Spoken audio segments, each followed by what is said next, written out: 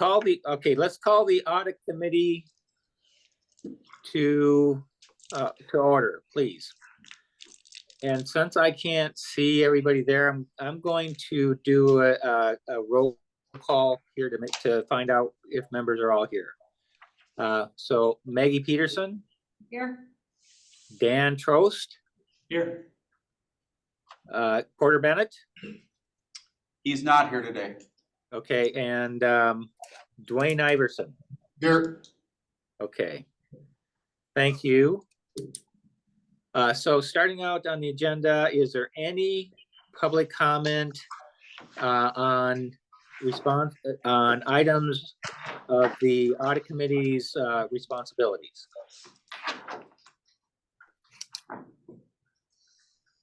Okay, seeing none. We're going to move on to approval of the August 23rd committee minutes. Has everybody had a chance to read those minutes? I move for approval. Iverson. Second, Trost. Okay. We have a motion and a second. All in favor, say aye.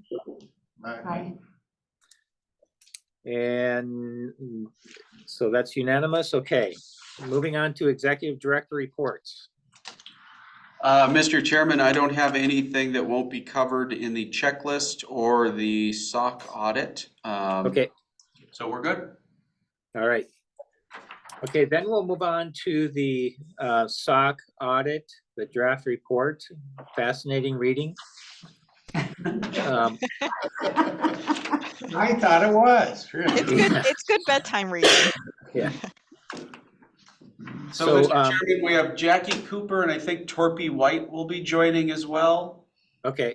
So my question is, so should I turn it over to the Whippley people to go through the audit report? Yep. Okay, Sure. I will turn.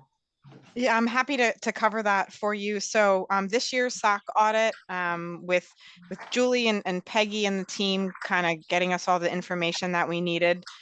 This year it went very smoothly. There wasn't any management letter comments this year. You know, from a change in MBRI processes, there weren't many this year. So we were able to, you know, last year the biggest change was really the physical access item. And so that was reflected in this year's testing, you know, to make sure that the controls were satisfied with the changes to the office, but there was no issues identified with those changes. And then from the other controls within the report, it was a pretty smooth audit year from that perspective. Okay.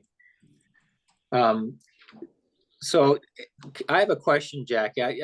Any members have any questions of Whippley on the report?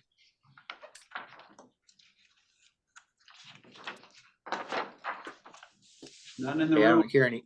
I just wondering, Jackie. So in the past year, well, since COVID, the board has taken on a new program called the Down Payment Assistance Loan Program. Did you also consider that in your control review? So our testing focuses on the in-state and out-of-state loan program, or the in-state loan program. So if this down payment assistance program was not included in some of that, then it wasn't part of our SOC audit testing. I know, Dan, maybe you can, we've talked about in some of our planning meetings about incorporating a few things for next year related to some of the additional programs you'll be onboarding. Yep. So thanks, Jackie. So Mark, we include as part of the down payment assistance program and all of the CARES, ARPA, housing, those controls they're all framed in the in-state loan program or the intercap program. So to the extent that any loan program exists, it's done under the controls of either the in-state loan or the intercap program. We don't like creating new wheels, so we use the ones we've got. Okay, so It you're would have saying been- is, It would have been included, yes. okay, okay. All right. Okay, another question I have probably for Dan or Julie. So with this audit, we use this audit in what capacity? We provide it to our customers or provide them assurances of our systems? Just explain that to the committee if you would. You bet. So a few years before I got here, there were some audit findings around internal controls. And the board at that point took the step of contracting for this type of audit as a reassurance against the legislative audit that we were taking those findings seriously. We were doing the necessary work on our side to prevent any sort of future findings.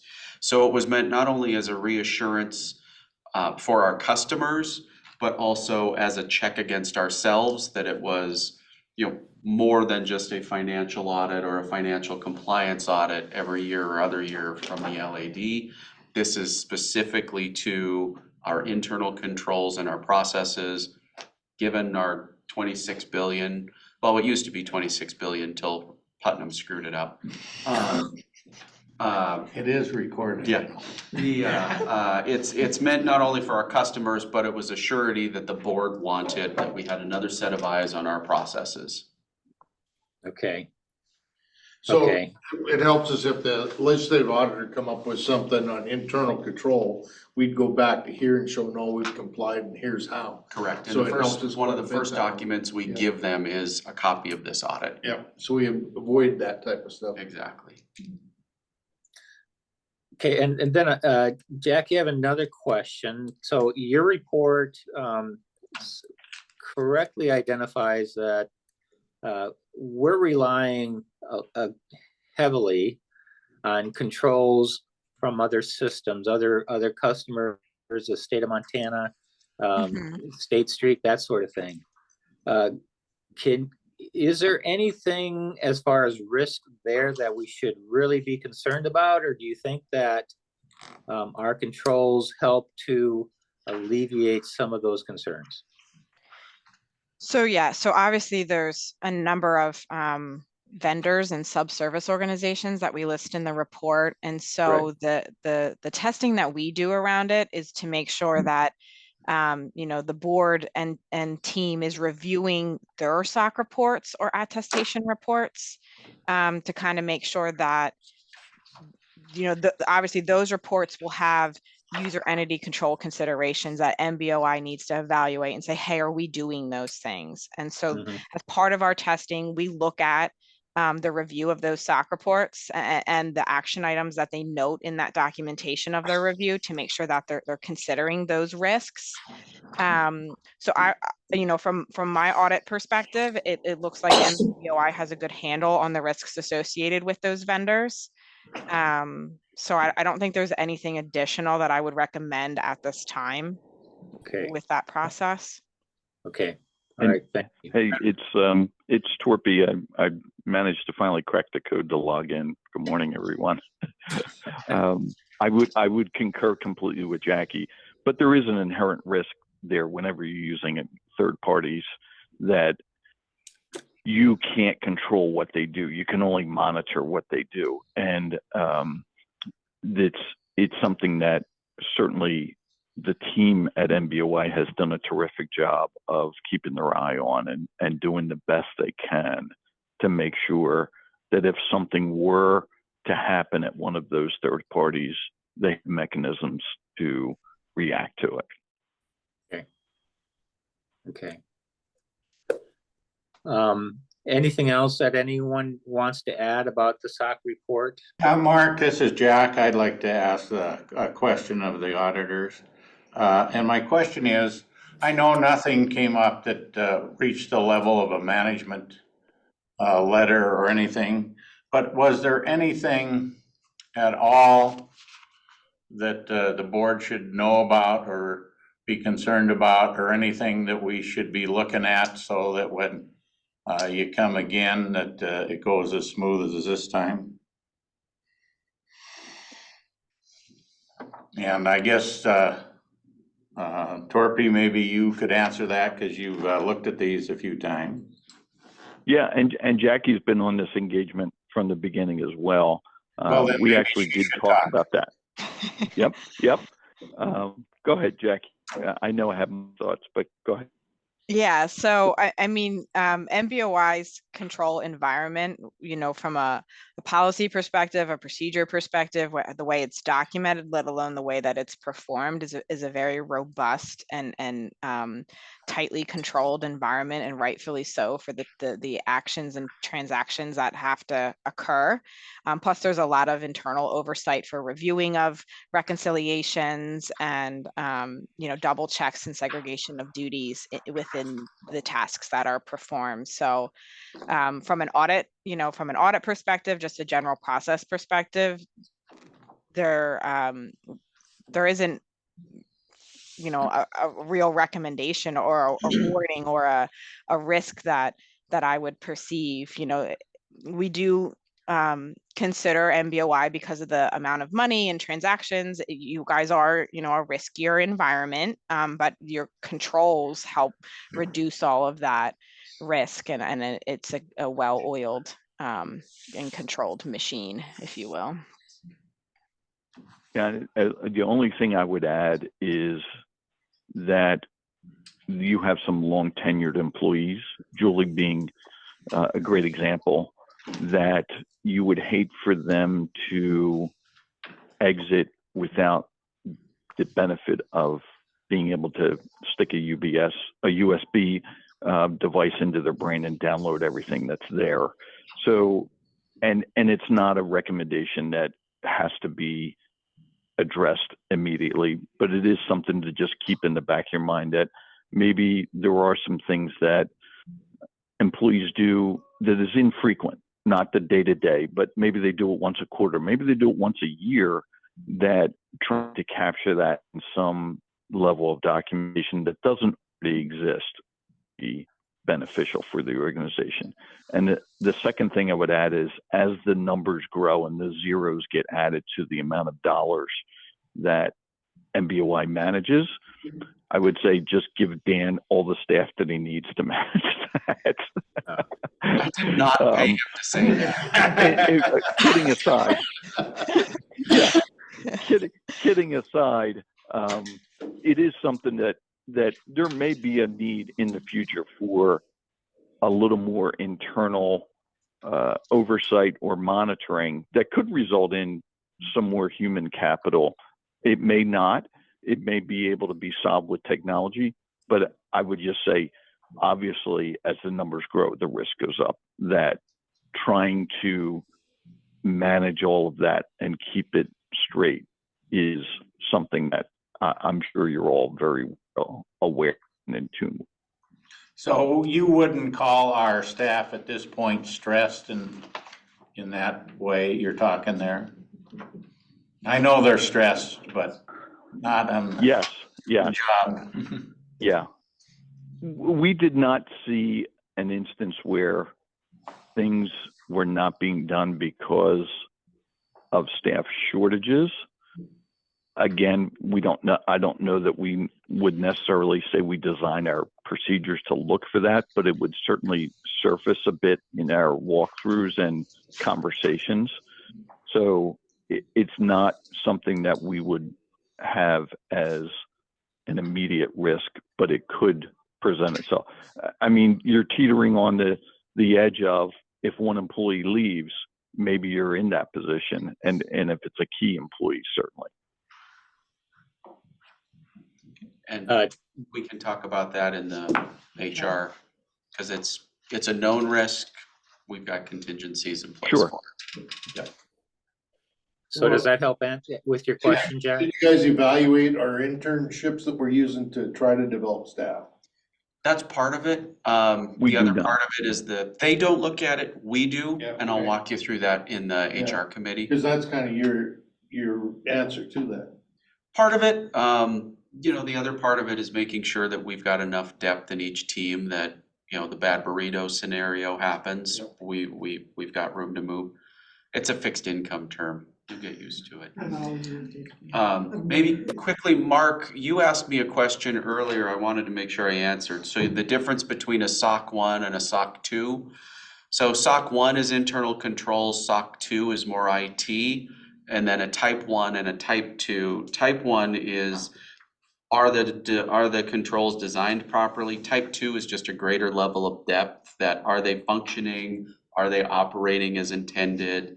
You know, it's for a finite period of time, you know, in our case, a fiscal year. So it's basically an added, it's a type 1 on steroids, so to speak. Okay, thank you. You bet. So, Jack, does that suffice? Does that Yes. answer suffice? Okay. Yes. I do have, however, a question for Whipley. You would say that our documentation is pretty thorough as it stands right now. I mean, I understand that we need to continue to look at it, to review it, but relative to the staff question and a knowledge drain type of question, the Board of Investments has a pretty thorough documentation of their processes and procedures, don't they? They do. So, and you know, myself and Peggy and Julie and a little bit of Dan have been talking about this recently, that, you know, from an overall policy, Board of Directors approved policy documents, that, you know, there was a whole project a couple years ago, Dan, that you guys went through to kind of consolidate that. But then there's internal desk manuals and procedure documents that are a little, they're there, but they're not quite as organized or cleaned up. And I know it's been top of mind for Peggy and team to kind of consolidate and uniform those procedure documents. Okay, so there's improvement that can be made there to, Yes. so that when the changes in personnel come, we have the documentation to help alleviate some of that drain. Correct. And I'd like to Okay. point out to staff that I did not pay Mark to ask that question either.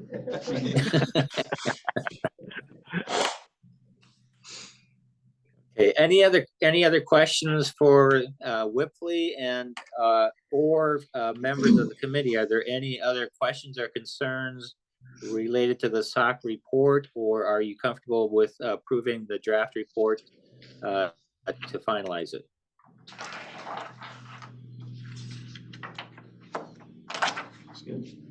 I'm not hearing anything, so I am going to ask for approval of the draft SOC report by Whipley. So is there an approval? So I'd make the motion to approve. This is Maggie. And a second? Jefferson. Okay. So there's a motion and a second to approve the Whipley SOC 1 Type 2 audit report and this is for the fiscal year or calendar year? Fiscal. Fiscal year ended June 30th, 2023. All in favor, say aye. Aye. Any dissenting? Okay, seeing none. Thank you very much for your work on the report, and we'll look forward to next year. Thank you. Good, thank We you. appreciate it. And we really appreciate the relationship, and it's been a very solid one over the years. So thank you for the confidence you've placed in us, and we look forward to continuing. Okay. All right. Thank you. Bye-bye. Thank you both. All All right, right. moving Have a good morning. Moving on to the next agenda item, and that is the audit checklist. And Julie, do you want to go through that? I want to apprise the board members that the financial reports for the UIP, University Unified Investment Plan, and the Enterprise Plan have been completed. Correct, Julie? The drafts. The drafts, and they've been submitted to certain parties. So can you explain all that for us? Yeah, our Unified Investment Program, or our UIP program, and our enterprise financial statement drafts have been provided to the Department of Administration.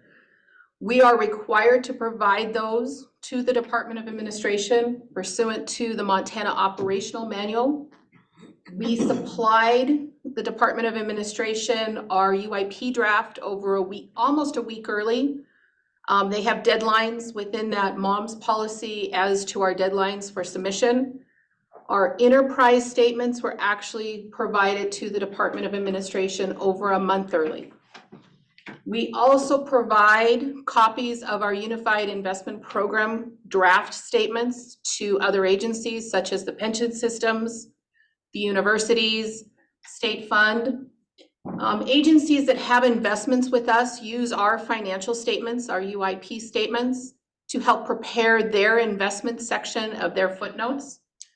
So that's why our draft statements are required to be provided over a month earlier than the university statements, for example, or the pension statements. We also have provided those draft statements to the Legislative Audit Division already. Does that answer your question, Mark? It does, thank you. But what we are still under audit, I mean, right? So there could Correct. be possible changes to those statements that we provided to other people, and then you're gonna have to tell them about that, right? Correct, and that's part of our normal audit process, that the drafts that we provide, we actually send with a memo that says these statements are still in audit process. They are subject to change. There might be something that comes up as part of the Legislative Audit Division and their audit that requires us to make a subsequent change to our draft. Okay, so there's a qualification on those statements when you provide it to them. Correct. Okay, all right.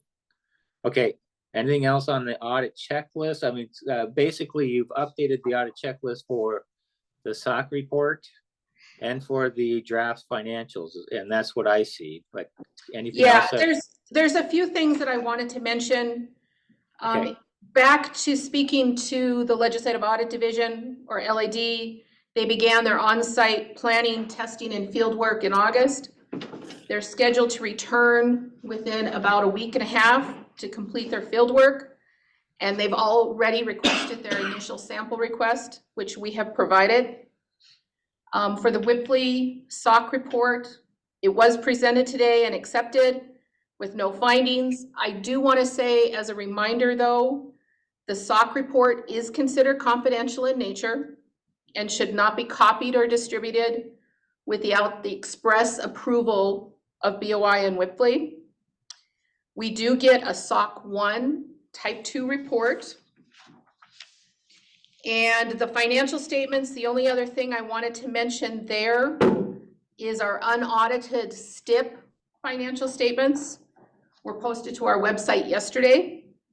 Our unaudited STIP financial statements are used by local governments to help prepare their investment portion of their financial statements where they have STIP investments with us.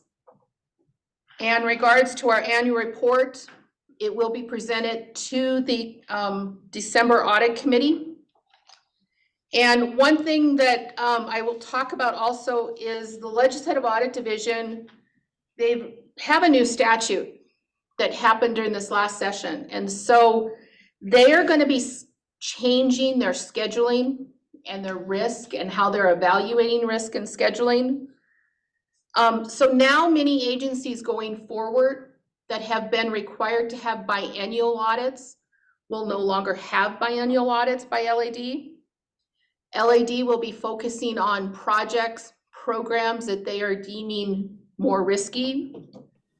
I don't see many changes to BOI at this time because by statute, both our Unified Investment Program and our Enterprise Program are required to have annual audits. So that hasn't changed with the new law with Legislative Audit Division.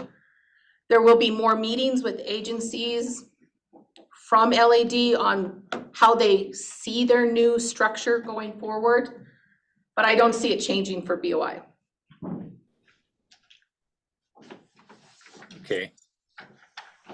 That makes sense. And any questions for Julie?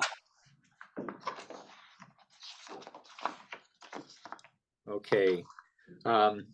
I believe that we've wrapped up the audit committee meeting. Unless anybody has anything else that we need to bring before the committee. Nothing in the And, room. okay. What was that? Nothing in the room. Okay, all right. Then I will close the audit committee. And thank you for your patience with me being a